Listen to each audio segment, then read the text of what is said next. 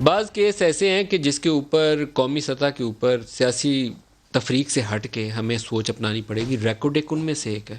نواز شریف نے اس پہ cherry Blair کو جو برطانوی وزیر اعظم کہہ لیا اس کو بھی انگیج کیا تھا. امر بلال صوفی اس میں رہے, بڑے بڑے ہمارے ڈاکٹر سمر مبارک مان صاحب, ان کا خیال تھا کہ پتہ نہیں یہاں سے سونے کی کانیں ہیں, ہماری کتنی دولت آ جانی, ہمارا پلے جو تھا وہ بھی جا رہا ہے. ابھی ہمیں اس پہ کچھ کرنا ہے فروخ, یہ مذاق کی بات نہیں ہے. پھکی پڑی ہوئی آپ کو 3-4 ارب ڈالر کی ہم نہیں دے سکتے.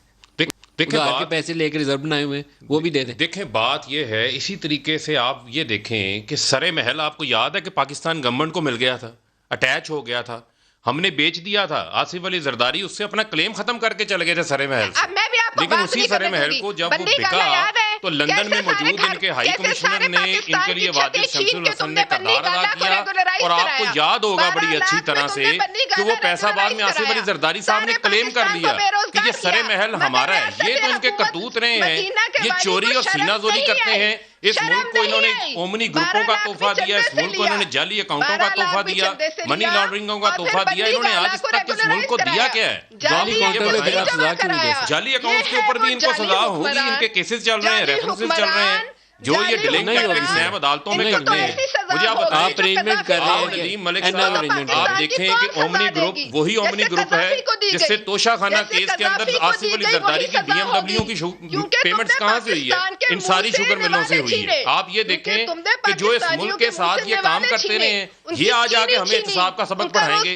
یہ آج ہمیں آپ آگے بتائیں گے کہ اس ملک کا جو ہے وہ خزانہ کس نے لوٹا. یہ لوٹنے والے بھی ہیں, یہ الٹا چور کوتوال کو ڈانٹے. یہ اس طریقے سے ملک آگے نہیں بڑھ سکتا. لیڈرشپ ملوث ہے اس کام کے اندر. کلوزنگ ریمارکس ایک ایک لائن میں دیکھیں ان کی لیڈرشپ اس کام کے اندر ملوث ہے. یہ آج بتائیں آصف علی زرداری آپ نکالیں, وہ فیکٹس ہیں کہ انہوں نے کہا تھا سر محل ہمارا نہیں ہے.